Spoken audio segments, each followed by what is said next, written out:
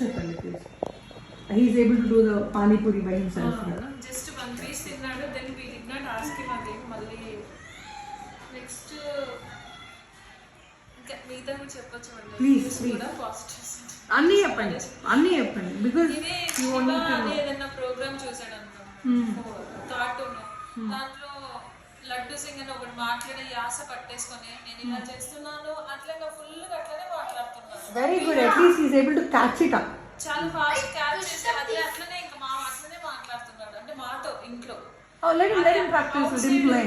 మళ్ళీ ఒకరోజు వాళ్ళ నాన్నమ్మ వాళ్ళ అక్కని ఇట్లా అన్నారు అనమాట, నీ సంగతి తెలుస్తాను ఇట్లా రాక్ పేపర్స్ ఇంకా దాన్ని కంటిన్యూగా చేస్తున్నాడు. ఖాళీ టైం దొరికినప్పుడల్లా ఇట్లా మా చేయి దొరికితే ఇక్కడ అది కొంచెం నాకు కొంచెం మళ్ళీ బ్యాక్ బిహేవియర్ వచ్చిందా అని అనిపించింది.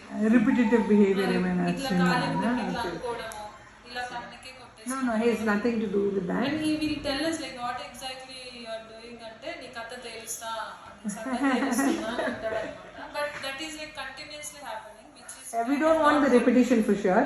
We don't want the repetition. కాకపోతే నేను దాన్ని రిపిటేటివ్ బిహేవియర్ ఎప్పుడు చెప్తాను అంటే when he is doing it for days or when he is doing it for hours continuously, that is when it is an issue.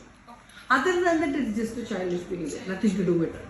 ఇప్పుడు మనం యూ హ్యావ్ టు అండర్స్టాండ్, మీరు ఈ ఏజ్లో టైర్లు కొట్టుకుంటూ తిరిగినాం అనుకుంటాం.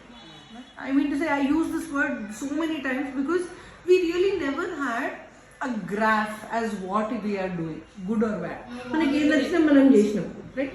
And today we are successful parents, right? మనం సంపాదిస్తున్నాం కదా, మంచిగా ఇతర బట్టలు వేసుకుంటున్నాం, బయటకు పోతున్నాం. And if it all we have survived, అమ్మ కోసం మనకంటే మంచిగా సర్వైవ్ అవుతారు వీళ్ళు. So but over focus when parents have on the children, that might create an issue. కాకపోతే you have to understand he's end of the day only a child, nothing more than that.